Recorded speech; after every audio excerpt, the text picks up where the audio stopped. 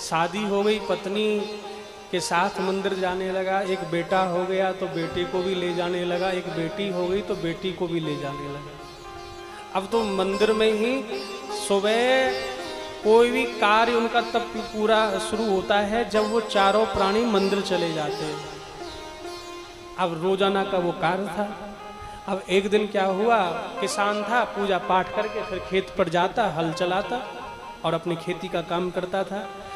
तो एक दिन वो हल चला रहा था, तो हल चलाते चलाते अचानक एक सर्प ने आकर के उसको डस लिया। अब तो वो जोर जोर से चिल्लाने लगा, जोर जोर से रोने लगा, मुझे कोई बचाओ, मुझे कोई बचाओ, मुझे कोई बचाओ। तो वहाँ होकर के वैद्य जी जा रहे थे। तो वैद्य जी ने जैसे ही देखा तो वैद्य जी आए और बोले, भैया घबराओ मत, कुछ जड़ी बूटी जंगल में से लाए और थोड़ी सी जड़ी बूटी लगा दी, बोल थोड़ी देर में तुम्हारा सारा विष खत्म हो जाएगा, तुम अच्छे हो जाओगे। ठीक है। फिर ऐसे जीवन चलता रहा। एक दिन देखा कि उनका पुत्र विद्यालय पढ़ने के लिए गया, तो अचानक कहीं रास्ते में वो टकरा गया, और टकरा गया तो उसका पैर टूट गया।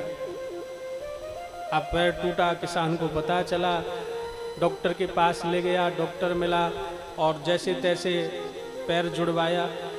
लेकिन एक दिन भगवान महादेव से जाकर के प्रार्थना करने के बाद में कहने लगा, प्रभु मैं इतना पूजा पाठ करता हूँ फिर भी मैं इतना दुखी हूँ। मेरा ये जवान बेटा अभी कमाने के योग्य हुआ, देखो तुमने इसके हाथ पैर तोड़वा दिए, और मैं इतनी पूजा पाठ करता हूँ और बढ़िया हल चला रहा था, पता नहीं कहाँ से वो सर्प आया, उसने आकर के मुझे डस लिया। ऐसा लगता है कि तुम्हारी इस भक्ति में मुझे तो कोई आनंद आया नहीं, मैं छोड़ता हूँ सब कुछ ये सब। इतना कह ही रहा था तो भगवान महादेव प्रकट हो गए। भगवान महादेव बोले, देख तू कह रहा है कि तुझे सर्प ने काटा? बोला हाँ। बोल जिस दिन तुझे सर्प ने काटा था उसी दिन तेरी मृत्यु होनी थी, लेकिन वहां उस जंगल में बता वैद्य कहां से आया? बोल वहीं से कहीं से आ गया होगा। भगवान भोलेनाथ बोले, वैद्य कोई और नहीं था, जिस समय तुझे सर्प ने काटा था तो वैद्य बन करके मैं ही आया था, मैंने ही आकर के तेरा विष निकाला था। और जिस दिन तेरे बच्चे का एक्सीडेंट हुआ, उसका पैर टूटा, तो पैर की जगह उसकी गर्दन टूटने वाली थी, और गर्दन टूट जाती तो वो कभी सही नहीं होता। लेकिन मैंने तेरी उस पूजा से प्रसन्न होकर के, तेरी भक्ति से प्रसन्न होकर के, और वो पूरी चोट एक तेरे बेटे के पैर पे ही निकाल दी।